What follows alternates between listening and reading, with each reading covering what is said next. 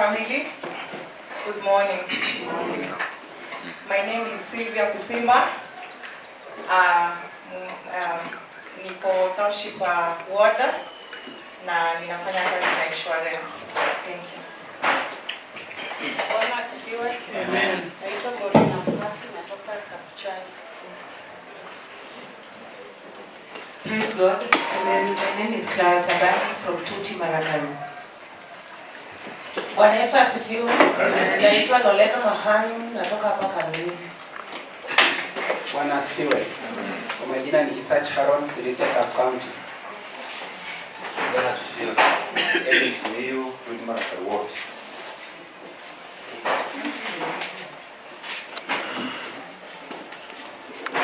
Bwana asifiwe.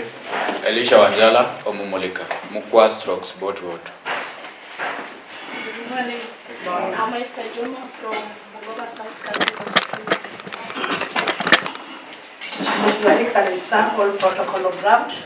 My name is Nekesa Muramara, popularly known as Snakwangwa, from Mukuyuni Ward, Kabuchai. And I think it will be unfair for me to sit down before I appreciate this group. I'm the member who lost their mother recently, and I want to take this opportunity to most sincerely appreciate you for the effort, for the support, and everything you did for our family. Thank you and be blessed. Bwana asifiwe. Naitwa Koli from Township. Bwana Yesu asifiwe. Manuel Waswa Kandui. Your Excellency, tumsifu Yesu Kristo. Bwana Yesu asifiwe. Amen. Naitwa Alex Miu, mimi natoka Kandui, mimi ni mwalimu St. Salam. Karibu sana Your Excellency. Bwana asifiwe. Naitwa Simon Wakasala kutoka Township. Bwana asifiwe. Bwana asifiwe tena. Kwa majina naitwa Danston Ondos, natoka Kakamega lakini si wakati wa Kanui. Your Excellency, sir, family, good morning. My name is Bramwell Mahendo, natoka Kanui. Hamjambo nyote. Hamjambo. Kwa majina naitwa Natasha Njiru. I'm from Embu, but I live in Bungoma. I'm from Webuye West. Asante.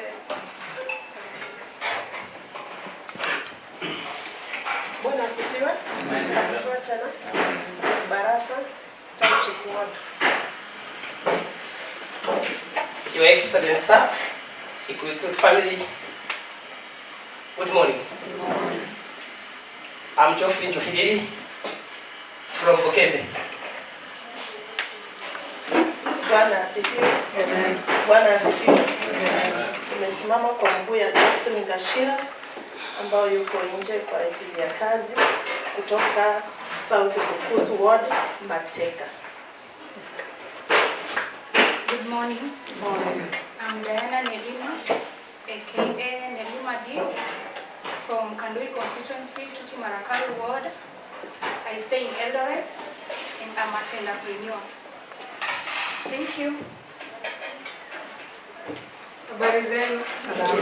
Kwa majina ni Marion Telewa, treasurer wa iKUWEiKUWE family. Karibuni nyote. Praise Lord. Okay, I'm Sifuna Shadrack from Kandui, East Maragaru Ward. Habari zenu wanachama. Mimi naitwa Mokaya Bosire, nasoma location nasoma ward na constituency. Bwana asifiwe. Kwa majina ni Tobias Kuta, Ngoma County at all. Sababu niseme hivyo, niko Sanaro West, niko Tuti Maragaru, niko Kabula, na nyumbani kwenyewe Mula. Sawa ni kufuwa. Yote ni yangu.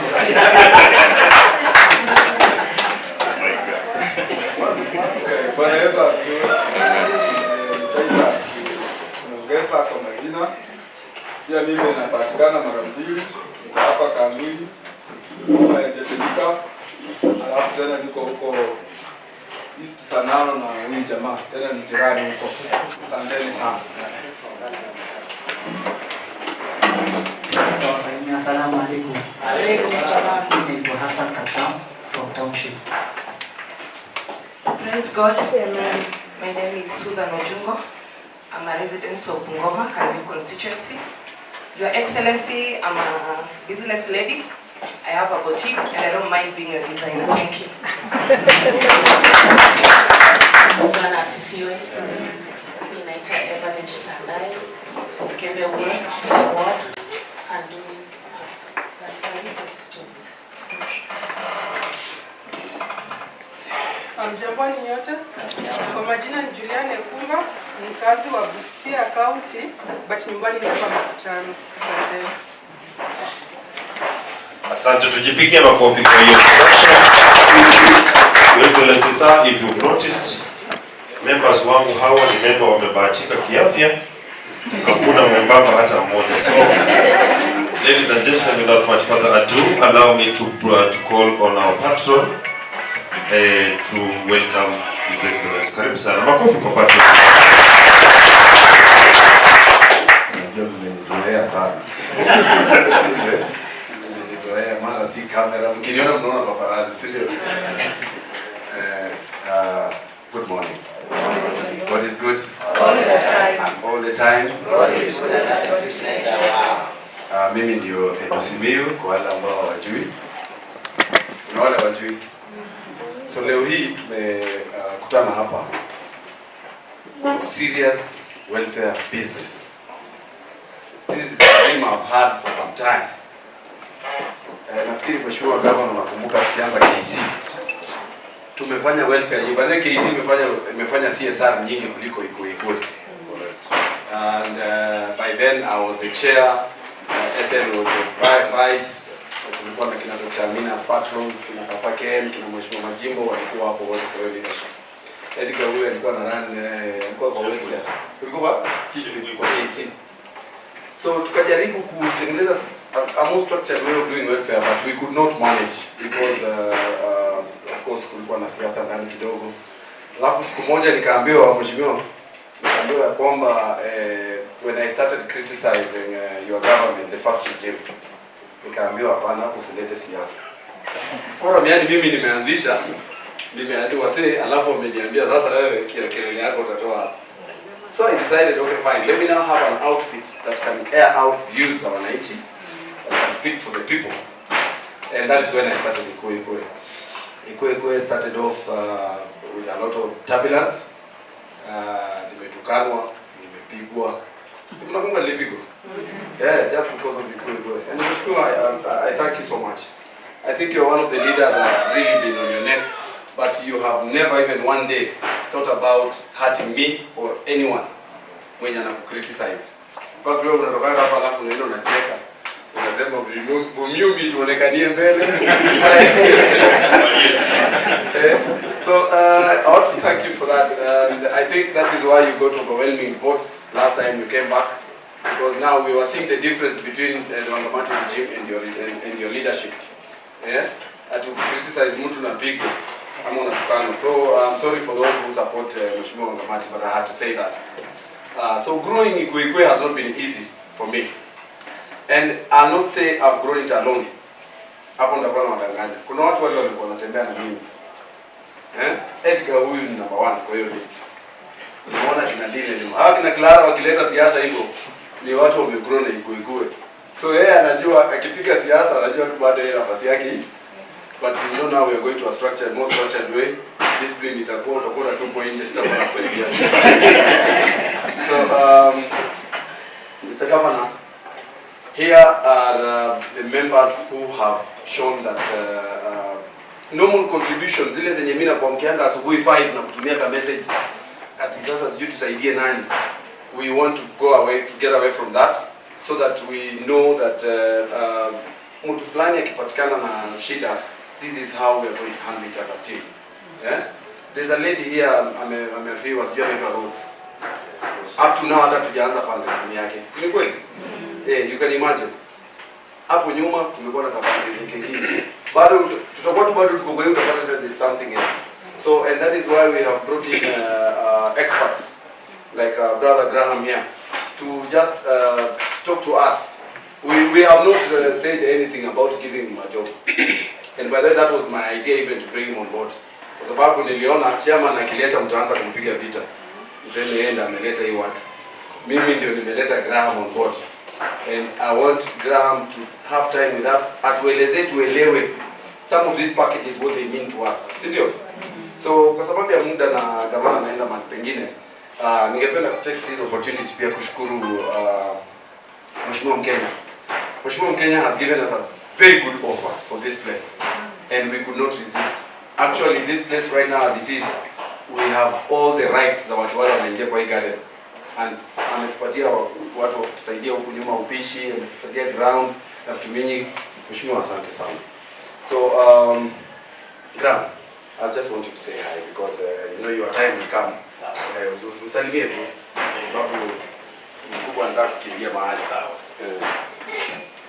His Excellency the Governor, Mheshimiwa, the leaders of iKUWEiKUWE, our patron Edu, members, distinguished members of the iKUWEiKUWE group, ladies and gentlemen, good morning. Good morning. Yeah, vile mmeambiwa, mimi naitwa Graham. I know most of you. We are buddies, and I'm very happy to be here today because the leaders approached and told me that you'll be having this occasion, and we thought that it's important to come and brainstorm and see how can we be able to have structured systems within the group that can assist you with your welfare issues. That is why I'm here today, and I look forward to having a good time with you. I've worked with my colleague. Maybe I'll just allow her to introduce herself, and then tutaendelea. Asanteni sana. Your Excellency, Governor Ken and iKUWEiKUWE team. Good afternoon. My name is Valentine Maruti, a colleague to Graham. We come from Diamond Trust Bank, Ngoma. We are here to help you, as he says, structure your welfare and work the journey with you to make sure that you come out as strong organization.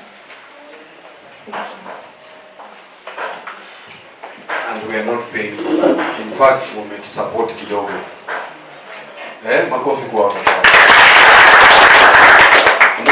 Oh, sorry. Mwangalia gawa ya mbele sa speech ino sa kumala sana halo sia kwa ikuata. Asante. Your Excellency, kwa haraka tu ndio kwa chairman, ukikuwa na bimalimali hauwezi ukapatiwa uchairman. Na chairman mzuri na maanisha boma iko sawa, hata kama ni mabibi 10 wanakula wanashiba, watoto hawana chinkoso. Your Excellency, mimi kama baba ya hawa members, Your Excellency, ukitenga kwa sikono yetu kitu kwa leo tutasema ni asante. Your Excellency, unapozuru groups zingine za wamama, wazee, walemavu, Your Excellency, saa iKUWEiKUWE unapozuru wengine usitupite, Your Excellency. Your Excellency, ningesahau hii wangaanza kusema Yesu alikuwa amefika huku kuomba shida zako zitatuliwe. Kwa nini unatuitisha mashida? Bila umesikia Your Excellency, Mama Soita hapo na matanga kule na Itiri. Your Excellency, chairman kama mimi inafaa niende niwakilishe members. So Your Excellency, kwa sikono fikiria sisi sana. Thank you. Mwambie. Asante, Your Excellency, the Governor of Ngoma, Director of Yangu Kalamu, Manager wa DTB, na members wa iKUWEiKUWE. Good morning. Good morning, sir. Yangu, Your Excellency, nikukaribisha sana. Kibuli, mimi ni member wa iKUWEiKUWE. Nafikiri vile Edu amesema tunataka tusimame pamoja tusaidiane. Na nafikiri sio peke yake, kama group tukaa pamoja, we should also look for things which can help us who are alive. Because we have children to take to school, so we should look for things that can be able to help us also grow in our own social ways. Mwisho nataka tu niambie tu asante sana tumeamua Kikuwekwe because there are so many other good places we have gone to. But we just want to say that this place is for functions. For those ones who are not married, if you are married, we will give you a very good function here. I mean, a very good wedding party here. But of course, you will pay for it. Even the showers and all those things. Thank you very much. I think I give you back the microphone. So far, guys, I think we are now aware that iKUWEiKUWE is not just a critic of the government. We also have friends, and our friend number one is the government. So, wakati mwingine sio kila kitu tumeupiga kelele. Unajua watu wengi hawajui mwa. Watu hapa za polisi hizo kupanga hiyo. There are some things that need to wait for them and you know. Hiyo tutadili nayo wachana nayo. Naweza do on the other side. Na government anashughulikia baadaye. So, in very DJ tupatie sound kidogo tukaribishe mheshimiwa governor.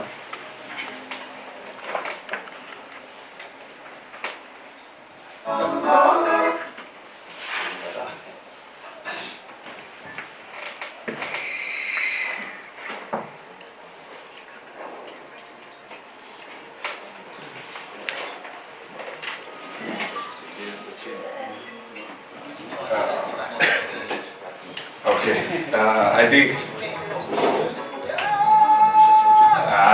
sawa. Bring the horse.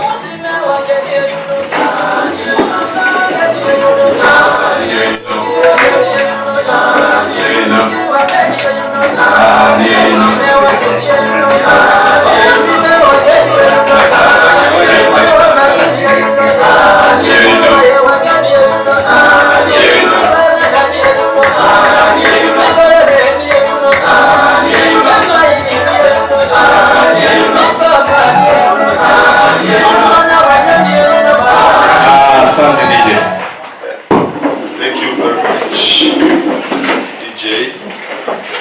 Edu is a friend of mine for a long time.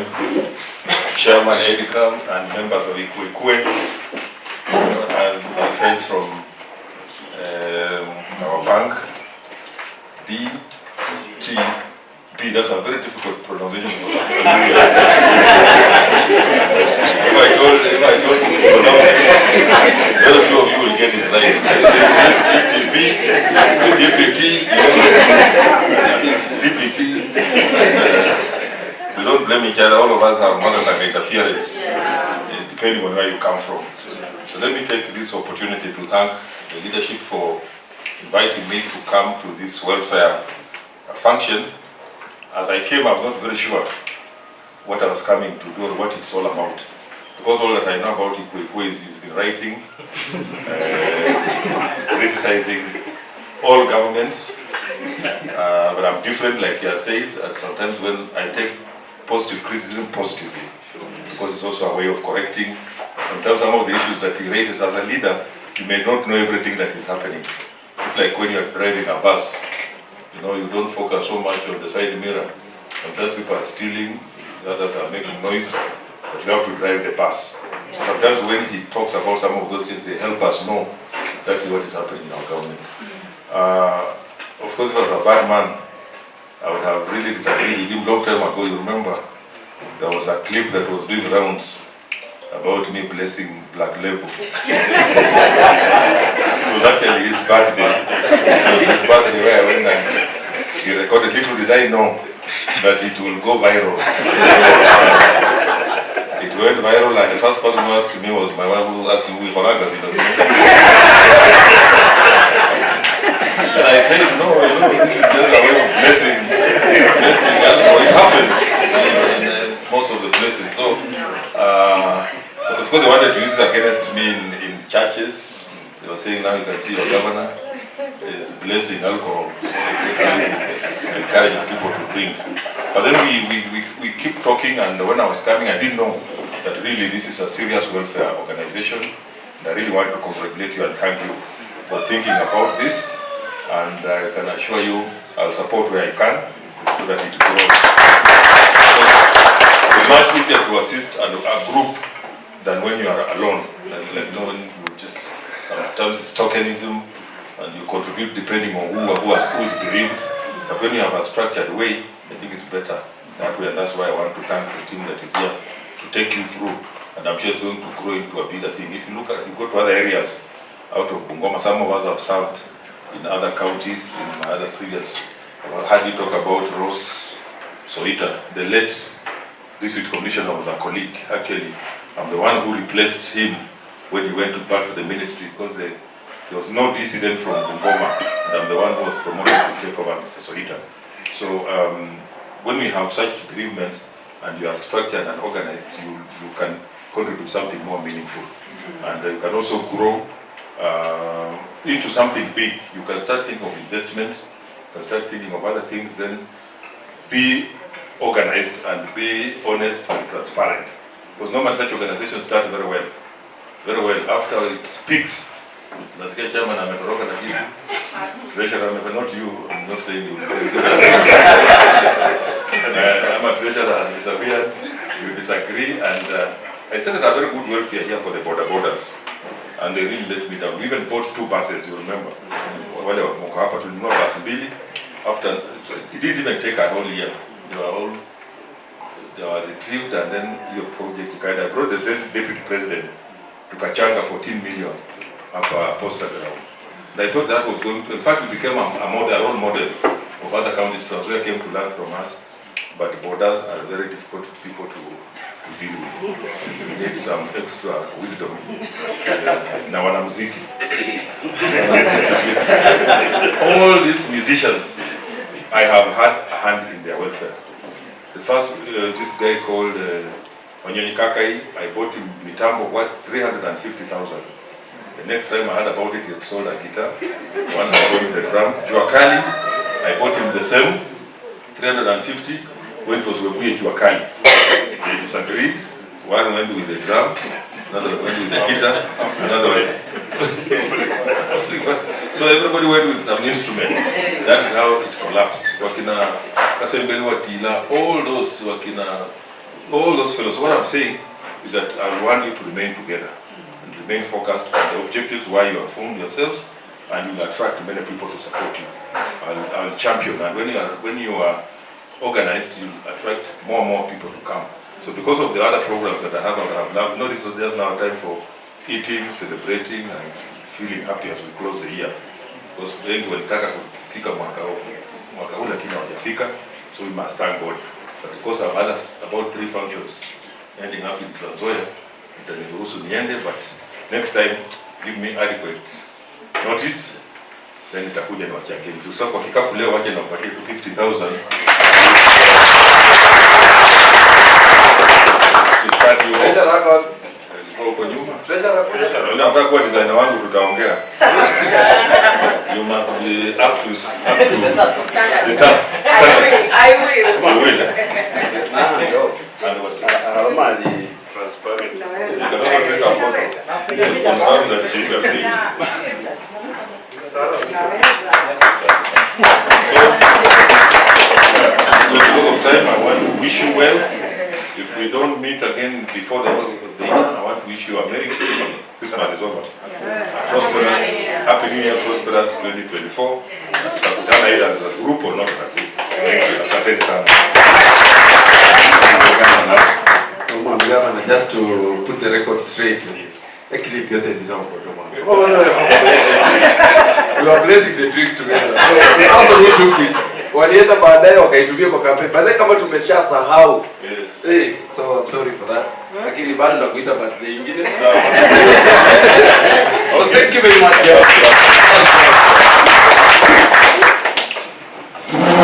Yeah, His Excellency Makoto anapoondoka. Thank you. So ladies and gentlemen, at this point in time, allow me to welcome our guests. They speak to us, they tell us why they're here and what they have here for us. Mtu hukataa lichoitiwa, hakatai mwitoita. So tafadhali kwa heshima niruhusu niwakaribishe mgeni wetu, my brother Graham. Karibu sana. Karibu sana. And I will urge members, if you have any questions regarding the presentation, please feel free. Now we exhaust all the questions. Asante sana Chairman. So once again nimefurahi. I'll mix English and Kiswahili and some Bukusu. Nimefurahi kujiunga na nyinyi leo kutoka Diamond Trust Bank. I think Edgar and Edgar, Phil and Dung walinitembelea kwa ofisi sometime last week, just before we went for Christmas. Na wakaniambia mtakuwa na this event today, na wakataka tukuje tuongee na nyinyi especially about welfare issues. Walituambia that huwa mnafanya michango mingi sana. You are a large group of about 300 members. That's what you say. Yes. So I believe these are the leadership of the group, because I can see just a few representatives. So I think whatever we discuss here will suffice for the group. So Walniambia, there are a lot of challenges, because when there are so many people in a group, and this is welfare, you know, we are mortals, so from time to time we cry. We lose our loved ones, isn't it? Even right now we're told that there's a member who is bereaved. So all the time we are raising money, and it is a big burden. If you sit down at the end of the year to do calculations on how much you have spent on raising funds just to assist your friends or members of the group, you'll find that you have really dug deep into your pockets. And so we were just brainstorming and asking ourselves, is there a way that we can probably spend a little bit, but then have peace of mind, so that in case something happens, then we know that our members are covered. And that's why we are here today. But before I start my presentation, I will allow Valentine to come and just tell you something small about Diamond Trust Bank, so that you can be able to understand how we can be able to work with you in your capacity as a group, that is iKUWEiKUWE, and also in your at personal levels, because I believe we have people from all walks of life here. We have professionals here, we have business people here. So Valentine, maybe just briefly, you can tell them what DTB can offer, and then I will come in and talk about the welfare issue in terms of last expense covers and life covers. Thank you. Thank you. Thank you, Graham. As I said, my name is Valentine. We work with DTB Bank. Okay, the name itself, Diamond Trust Bank. At Diamond Trust Bank, we are at a 3 bank. And in banking, our main, at a 1 bank. In banking, the main aim we do assets and liabilities. By assets, I mean we open accounts. By assets, I mean we give loans to clients, and liabilities, we open accounts for clients. So at your level as a group, we have a group account. We can open for you a group account, of which you will enjoy several benefits. So like, as a group, as you are more than 300 people, it might be so difficult for you to generate funds, but you come up with leaders who at your own levels, in your AGMs, in your meetings, you agree and say and give them the instructions to open an account. Or maybe you register your group. If it is registered to the social office, they will give you a certificate. We also do for non-registered groups, but your group is big. Maybe if it's not registered, you will think of registering it, then you get a certificate. But we still do for unregistered groups, that is according to what you will agree at your meetings. So we open for you a current account where you have a checkbook. So in case you have any other issues, the other housekeeping issues, you will do them at your meeting levels. Maybe agree. So if we have such and such and such, or maybe if you have an issue, then you sign the checks in your meetings. So you send one of the representatives of the account. We are able to give even statements to be able to verify that. Then we are able to give you messages. That is, if you send money to your account, we are able to to get messages so that you're accountable on every transaction that you do to that account.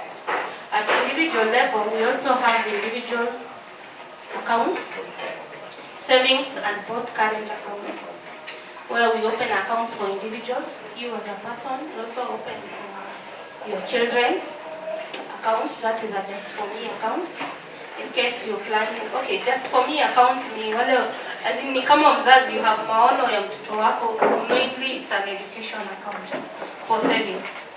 So you can put a standing order on your salary so that you are able to save for your child. It's called a just for me account. It's open in the name of the parent, but it's for the purpose of the kid.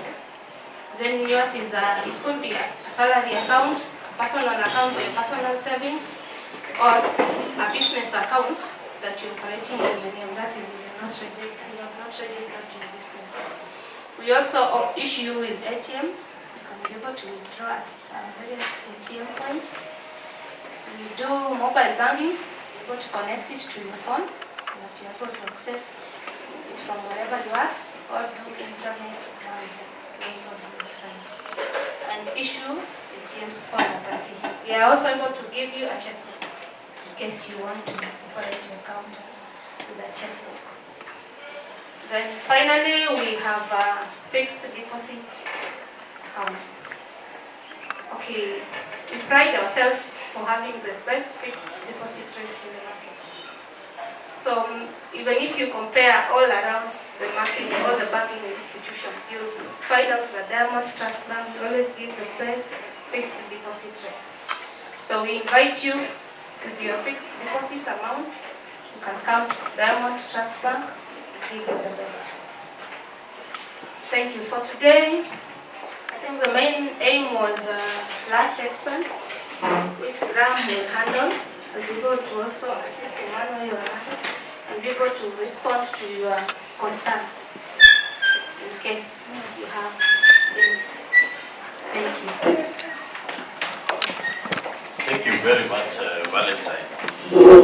So maybe I'll just quickly, this will be an interactive session, it's not a lecture. So I want us to get into discussion, and I'm happy that my friend Sylvia is here. She's also a guru in this area, so I know we'll exchange ideas and share as we proceed. But just before I continue, I would like to say that it's important for you to know who Diamond Trust Bank is. So Diamond Trust Bank is an affiliate of the Aga Khan Foundation for Economic Development. So we are part and parcel of the Aga Khan Group. The Aga Khan Group comprises of very many companies. One of many that you know. In the media space, we have Nation Media Group. It's part of the Aga Khan Foundation for Economic Development. In the health space, we have the Aga Khan hospitals. If you go to the schools space, we have the Aga Khan schools and universities.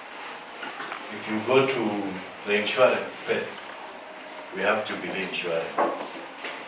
If you go to the hospitality space, we have the Serena Group of hotels. We also have Farmers Choice, which is part of the network. And many other organizations that are linked to the Aga Khan Foundation. So it's a stable organization. It's an organization that I would like to invite everybody to come and work with, because I believe you understand the tenets of that particular organization. Today we are going to speak about things that will help us as iKUWEiKUWE. I'm going to touch on 3 things. First, I'm going to touch on death, because death is what affects us the most, isn't it? So we come together as a group to help each other whenever we have those tough situations.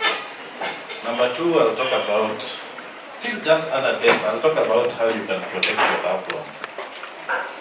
What can you be able to do so that if tomorrow, God forbid, ukiitwa, your people remain comfortable. We don't want a situation where you've raised a very nice family. And then tomorrow you're no longer there and these people remain suffering. It's a very bad thing, see? And thirdly, just general life protection. Basically, we are just going to discuss insurance and probably savings. So I will start with the biggest issue, which is the last expense. And I think I had briefed your leaders about it. And the main thing was that, can we have a structured way in which when a member of the group is burdened by bereavement, then we can be able to support this member without feeling a lot of weight. Because we have a situation where all the time we are being asked to raise funds. Now, sometimes we are all human beings, and you know, we have limited resources. So tomorrow, X will get a funeral, and as a group we are contributing. So Graham will contribute 3,000 shillings. Next week, Y will get a funeral. Graham does not have money. Amefuliza kila kitu hana. Sasa unapata hajachanga. Sasa X, Y anaanza kusema mbona Graham alichangia X na mimi hajanichangia. Those things to happen, si ndio? But I think we should be equal. We should have structures as a group, if we are set as a group where we know if X gets burdened, it has been passed that they will get 50,000. And we know where this 50,000 will come from. Tomorrow if Z gets bereaved, we know he'll get 50,000. Then we are equal and we benefit in the same way as group members. So why last expense covers? This is an insurance cover. Why should we take a last expense cover as a group? First of all is to give you that peace of mind. Haukui bombarded kila siku na Marion. Ati mbona mtumi pesa. Number 2, do we have a choice, guys, about death? See, we are all going to die. It's a fact that we all run from, but it is there. So we have to plan for death. We have to plan for our own death, and we also have to plan for the death of our loved ones. If we don't do it, then death will pang us. It's a fact. It's a harsh reality. Number 3, wealth conservation. So all this money that you're contributing every day, all this money that you're contributing throughout the year, you can save it and do some other things with it. See there? And number 3, of course, is to protect our loved ones. So it's important for this group of iKUWEiKUWE to have a last expense cover. So what can we offer you as Diamond Trust Bank? We have partnered with several insurance companies, and we have 2 products for last expense. First is single claim option. Second is multiple claim option. Single claim option is amongst the group we have families. So you come in as families within the group.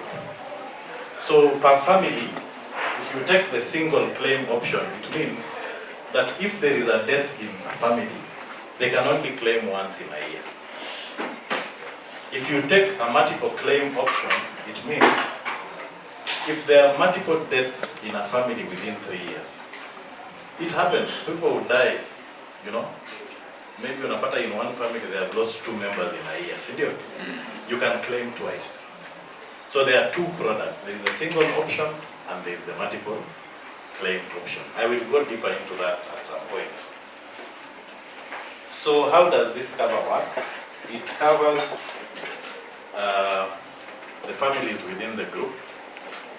It will cover the main member. It covers their spouse. It covers up to 4 kids.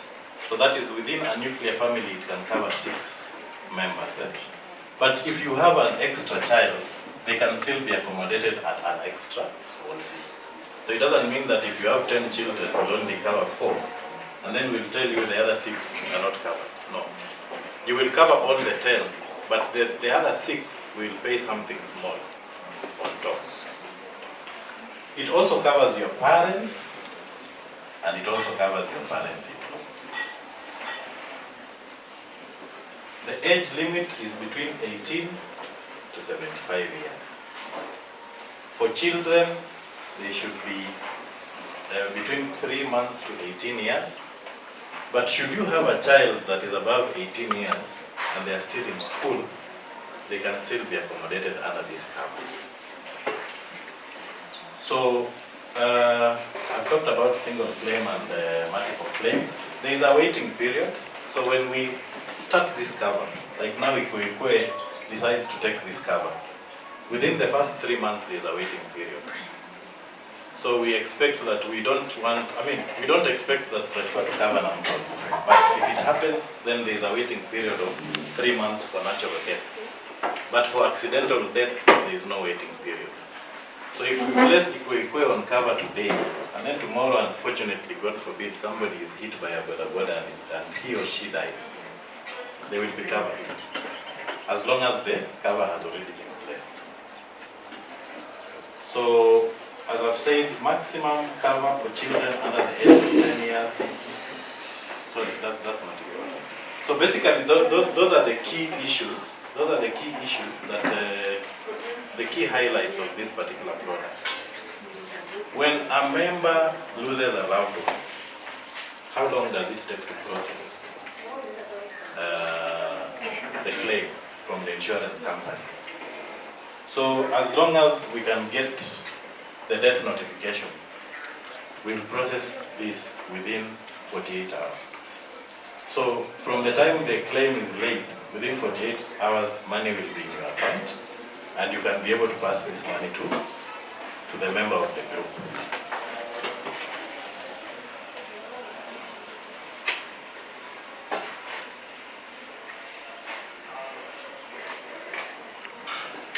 Okay, so how much can you take as a group?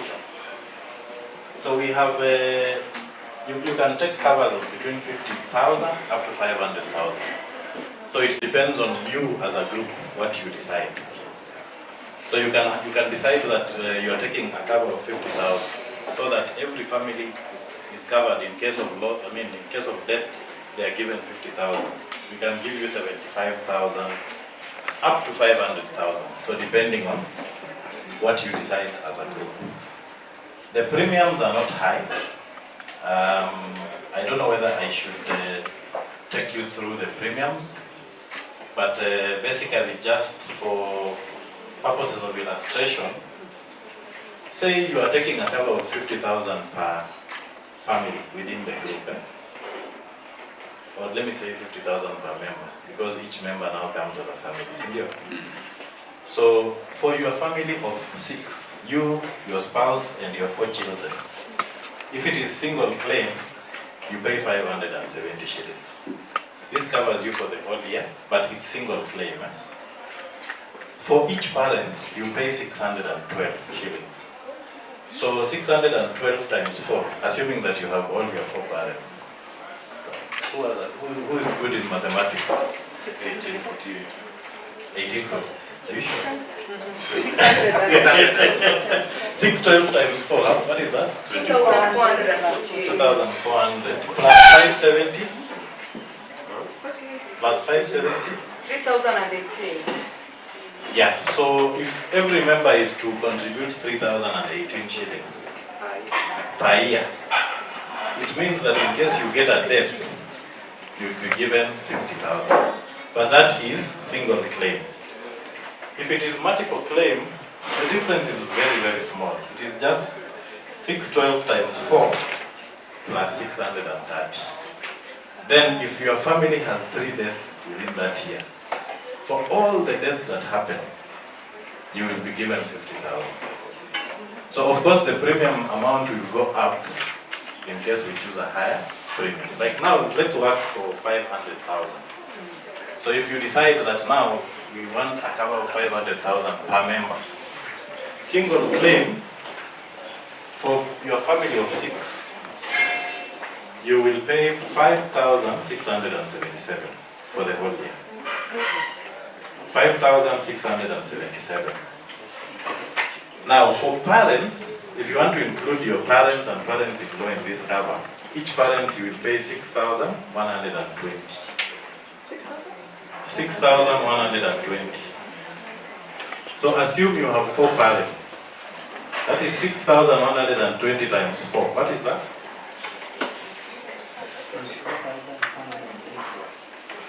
as 5,677. 3157. Yeah, so if you're paying per member a premium of 31, you will get 500,000 in case of a death within that year in your family. If we go to multiple claim, the difference is not so much. Probably just about another one, maybe about 2,000 on top of that. But in case you have 3 deaths, then you have accorded 1.5 million within that particular year. So I think it is not a bad thing. Of course, you will now be able to discuss amongst yourselves as members and see which is the most appropriate. Because I think the leaders have these calculations.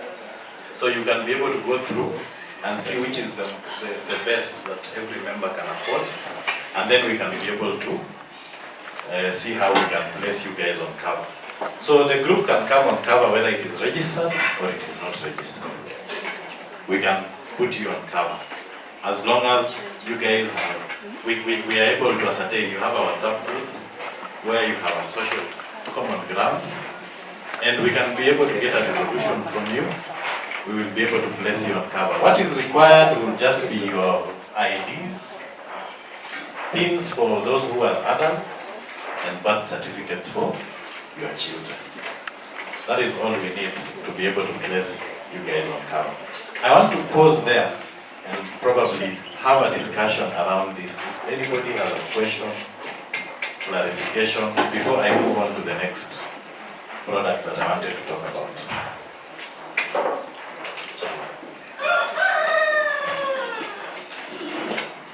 Asante members. It is time for questions. Any question from any member to our team, because we want to go quick. We release them waende. Sisi tuongee maneno yetu ya nyumba. Tuweze tukaanza kuongea maneno ya sapa na wageni wako. So wacha tutumie muda huu. Good afternoon again. My name is Muramara and I have a question. I think my concern is on the issue of children. There are those children, maybe when they are in school, they are taken care of. But we have this bunch of children who are born with special needs. They might be above 18, but they are still under the care of the parents, or because of their, we call them able differently, they must always be on some cover. Does the cover take in account such needs of such children who are above 18, but they actually have special needs? Take on that first. Yes. So, as I had indicated, it is assumed that when you get to 18, you become an adult, isn't it? But majority of the times, that is not true. We have a lot of children in our houses who are above 18, but they are still under our care. So what you just need to do is to prove that this person, this particular adult, is still under your care. So if they are still in school, then you will need to prove, probably there is a student ID or there is an admission letter. If this kid, probably you are saying is disabled and they are still under some form of care, all you will need to do is just to prove that this kid is still under your care. They will be put in the cover. Yeah. But as from 25 years, then they cannot be under you. So if you want to take for them, you take for them separately as adults. You will still be able to pay for them, but in case of death, then they are covered. I hope I've answered that. All right.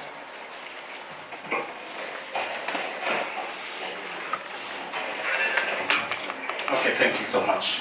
Mine is a quick one. I'm not sure if I heard you well on the issue of age. Say that a parent you cover to a maximum of 75. And you know, most of us, we have parents beyond that age. And we do understand that even people beyond that age, their funeral is more expensive than young ones. I don't know what consideration maybe. Can you? Yeah, so what I was talking about, probably I was not very clear, is the entry age. Entry age.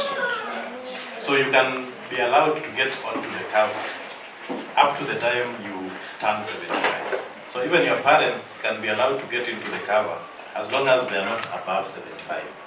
But if the parent was already there, we can allow them to go all the way up to 80 years. They'll be in the cover up to 80 years. After that, then they are not able to be in the cover because, of course, we use the life expectancy. You know, insurance is about anticipated risks, isn't it? But when you are above 80, okay, we are talking to the insurance companies. I don't know how they work out this things. But they say that when you are above 80, you should be dead. You should not be alive. So even me, my dad is 88 years. Unfortunately, I can't put him on cover because according to, maybe Sylvia, you work in the insurance industry, you can shed some light on why 80 and above cannot be allowed to. Is it because they are supposed to be dead? Let me just answer that. It's because, you see, people above 75, Okay, well, I also work with insurance and we do the same. I'm glad Graham Iravonga has just said exactly what we also do. That's exactly what I would present. Difference na kidogo kidogo tu. But we don't put people above 75 years because they already kwa hiyo risk. Parents wenye wako sisi magonjwa inakuja mapema. You understand? So, mtu mwenye ako 75 years already they are sickly. Above 75 years they are already sickly. Mnapeleka wazazi hospitali sana. So unajua utapata hiyo cover and chances are unaweza mpe hiyo cover na akufe hata kama hiyo 3 months ijaisha. Bado hiyo ni zero, hujapata chochote. Not unless it's an accident.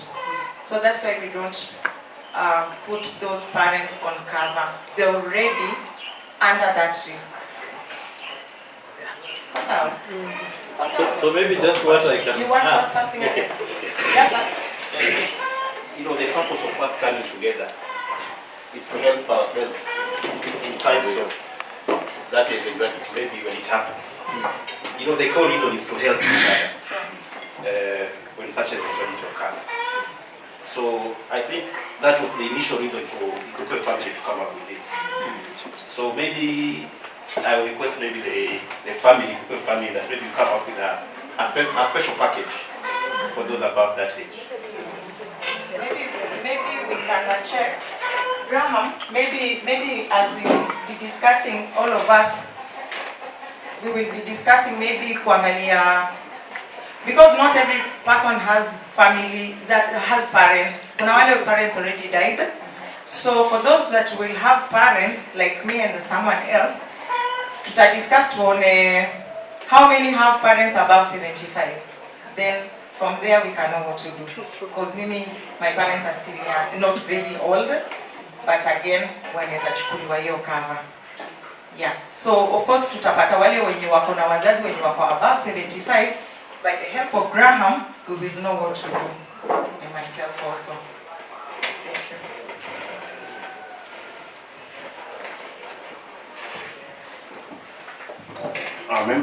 Members, I think one of the things that we should be certain with that you know, insurance companies are in business, and the probability of this person who is about 75 dying is very high. So it's almost, you know, the probability test runs from 1 to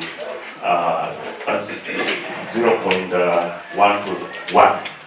So you find that they range in the category of 90% and above. So that's why you find that most of the insurance companies, they run away from that. However, I will encourage members that we should not shy away from it because it's good. Personally, I'm on KCB. We pay 17,000 shillings per year, and you qualify for a cover of 500,000. Both parents and parent-in-laws. So it is there. But we as a family of iKUWEiKUWE, we have come together for the sole purpose that we walked this journey together. There is something that I learned from Edu, there's something that I learned from Kusimba and even Graham. Because even our interaction with the Graham today, tomorrow when I walk in his office, I wonder maybe alone to do some venture in business, we will have interacted. You know, I've noted this among the members of Equity Bank, especially from Mount Kenya. You find that it is very easy for them to get loans on friendly terms than us guys from other areas because of knowing each other one-to-one. So thank you for coming, Graham and Kusimba, for enlightening us. But as iKUWEiKUWE, let us not run away from raising that 300 shillings. It builds. You know, when Sister Rose lost her mom, members who went there, she felt so much encouraged that they came.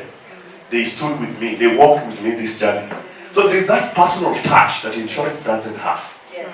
So we should cultivate this and even maybe come up with a hybrid that every family in iKUWEiKUWE to take the basic insurance cover. But in addition to that, we also do the channel that we normally do. That thing is good. Thank you so much.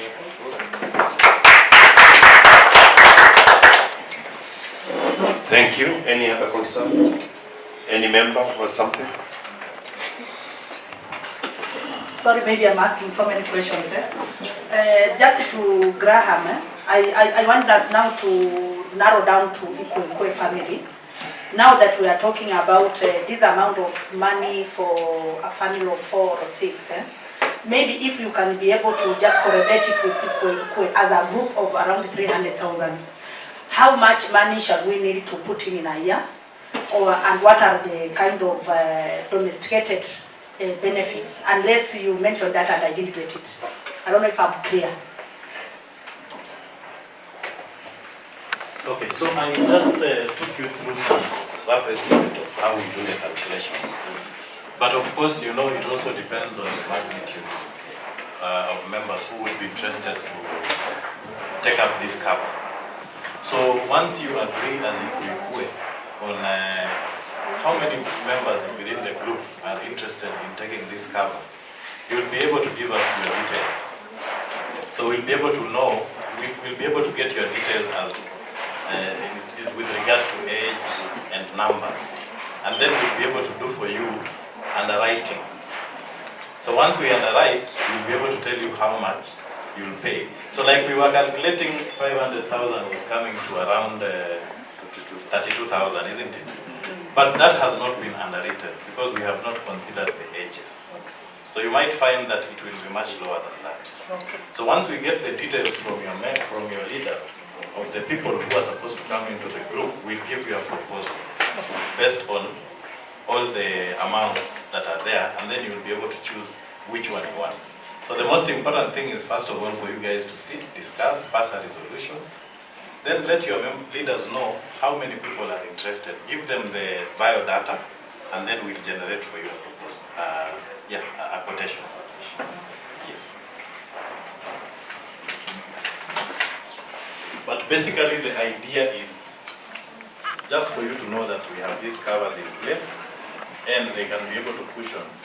I am agreeing with my friend. The contributions should continue.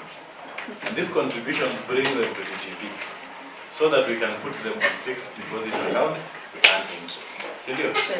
So those guys who are parents who are above 80, the interest that DTB is paying you will be able to cater for that 50,000 or 100,000 for them, isn't it? But again, you have that thing that brings you together. That one should not stop. But it shouldn't be raising for eventualities. Let eventualities be taken care of by something like this cover, the last expense cover. Thank you. Asante members, silence means?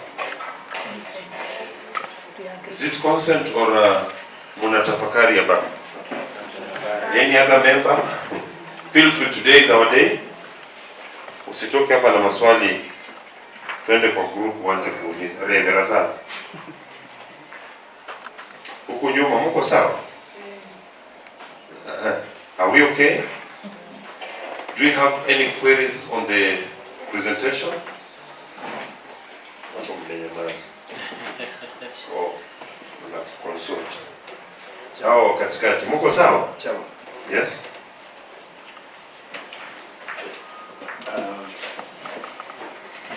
That was a very good presentation from Graham and this lady, and of course his sister there. In my view, I think we have gotten the nutshell of what we should be expecting. Sindio? We are yet to make a decision. Sindio kweli? Hakuna decision imemekiwa. So, kama hakuna maswali, tunaweza release our brother hao waende watu wache sasa tukorogane kwa jikoni mpaka vile tutakubaliana the direction tuna take.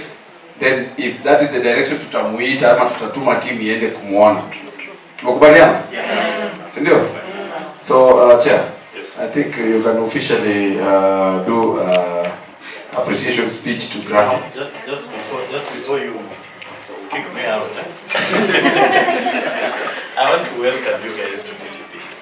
I know that there is a lot of misconception about Diamond Trust Bank. People think it's an Asian bank. There are a lot of good things for you people in DTB that you don't know.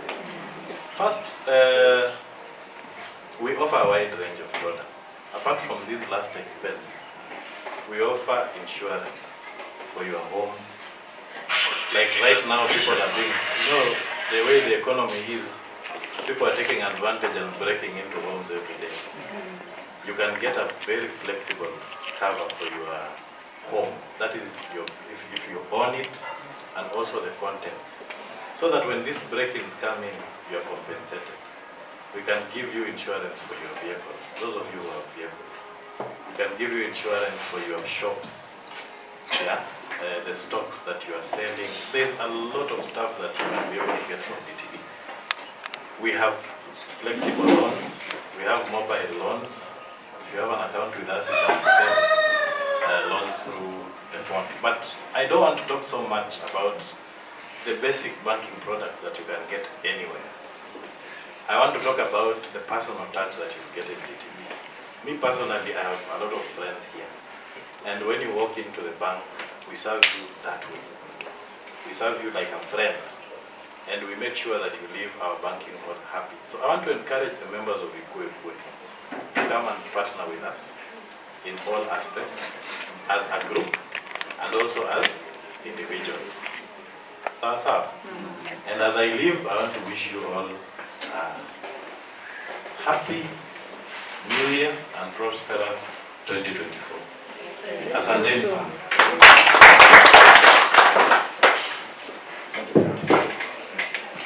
Thank you. Thank you, my brother Graham. Kidogo tu kwanza. Kidogo tu sana. Kidogo. Keti tu chini kidogo. Kaa tu chini, my brother.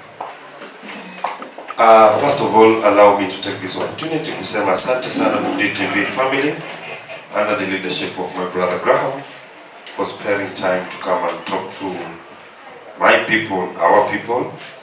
Nasema asante sana. It was on a short notice, but you managed to come. Please feel free so that next time when we welcome you around, kuje utuelekeze kwa pamoja ama mawili. What I'm urging you, tuzidi kushirikiana, tuzidi kuongea, and whatever we will resolve here, you will get the feedback. So kwa leo tunashukuru sana. We understand it is our working day, and ndio mnafunga mwaka. I don't know, do you have some calendars you distribute to my members so that 2024 wasitegemee simu kwa kalenda ama nikuuliza tu bro. Okay, so if there is nothing else, I will let you go. Na msalimie the DTB Bungoma team. Mwambie tunawapenda sana. Asante sana. Thank you very much. And God bless you all.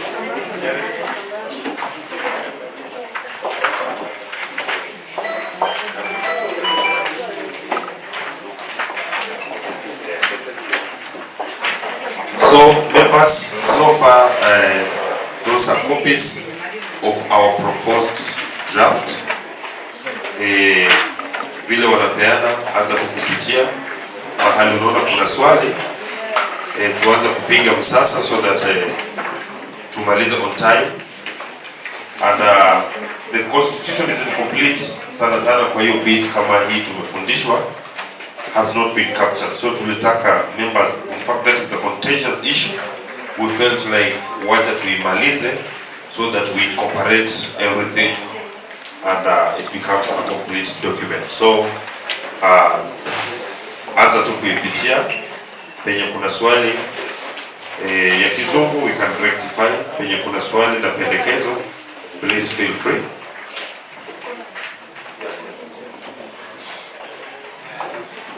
Ladies and gentlemen, please, the document before you is a very important document. Zima tu data for a minute or two, upitie your document, then uulize maswali na upeane mapendekezo. It has not been adopted, it is yet to be adopted, and I don't think and feel that once we are through today, we might have gotten to an extra step of adopting it.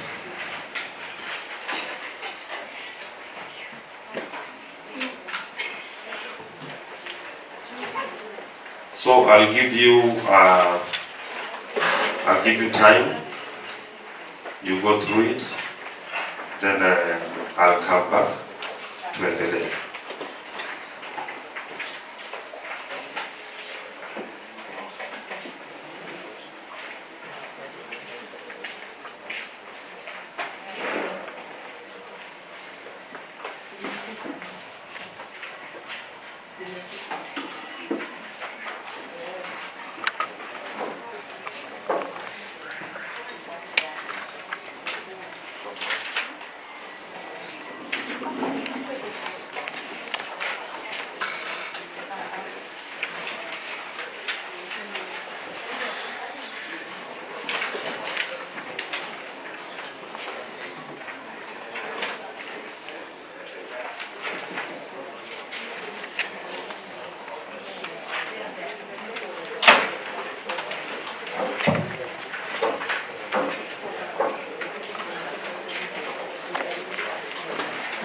For those of you who came in late, maybe hukupata kikombe cha chai, we prepared enough for everyone.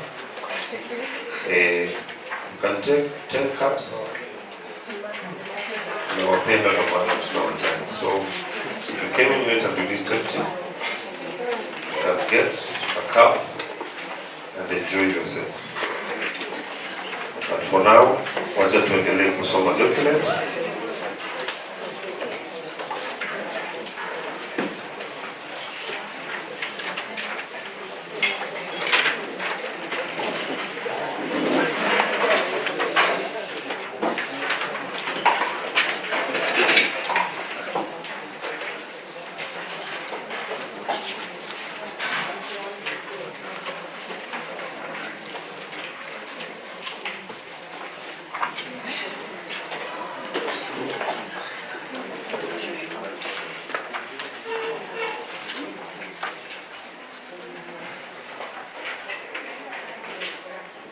Hebu nisaidie hiyo list. Kila mtu ameandika kwa list eh? Have you noted down your name on our forms? Kindly ensure kila mtu aandike alafu zilete hapa.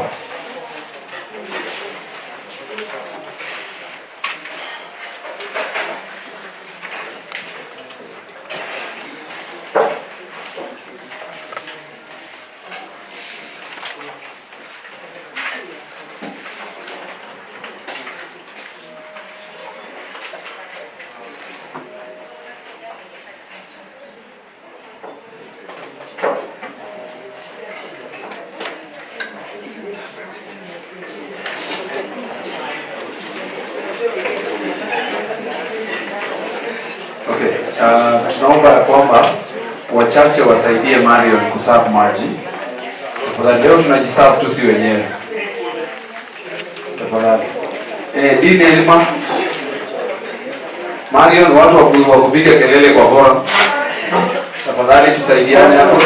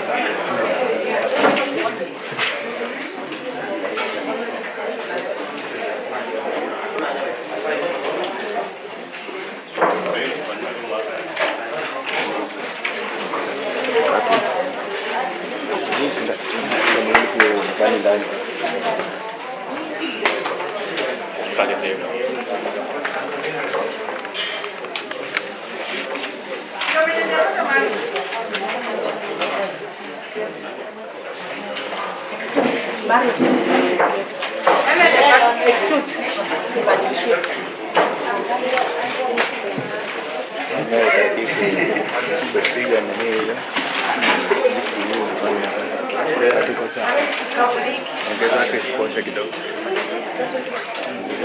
Kumbusha.